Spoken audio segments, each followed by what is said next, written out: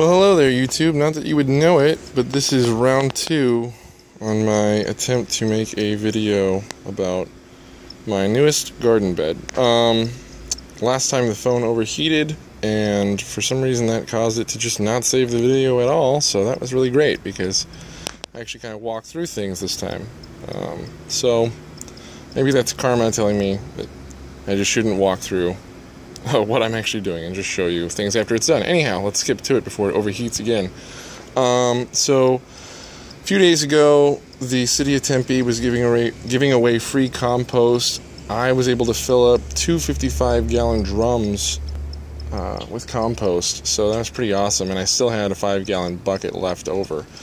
So this mix in this bed here is about half and half compost and just standard, builder's sand that you can get in any, home improvement store.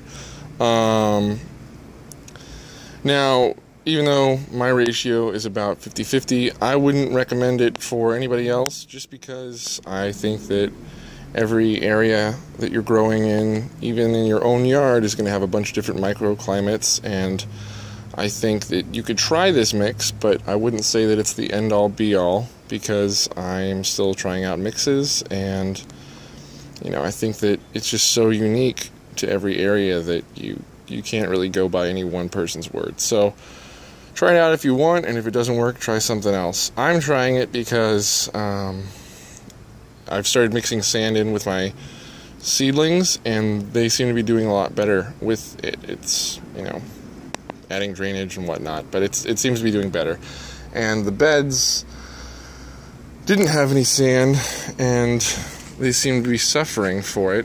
This one bed here, though, did have sort of decomposed granite gravel mixed into it, and of these beds, it seems to be doing the best, or at least second best, I should say. I think the very best of these small beds has been this one with the cabbage and choy and kale in it.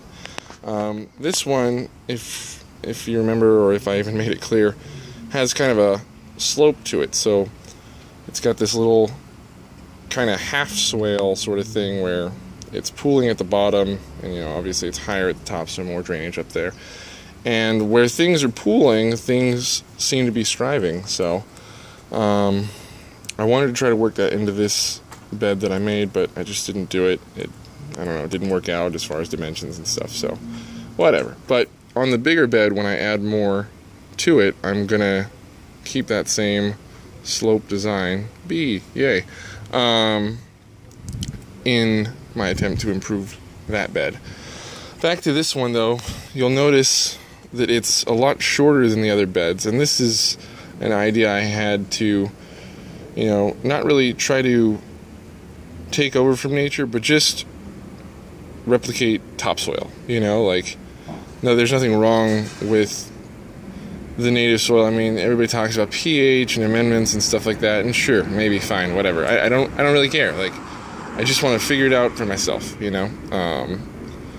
and so with this one, I'm just trying to replicate topsoil like you would find in nature, so, and I'm also hoping that the thermal mass of the earth will compensate for the evaporation here. It'll be lower, whereas these, they're getting heat from that side, they're getting heat from the top, they're getting heat from all sides, and it's so far from the ground that, it doesn't have that help from the ground to, stay colder.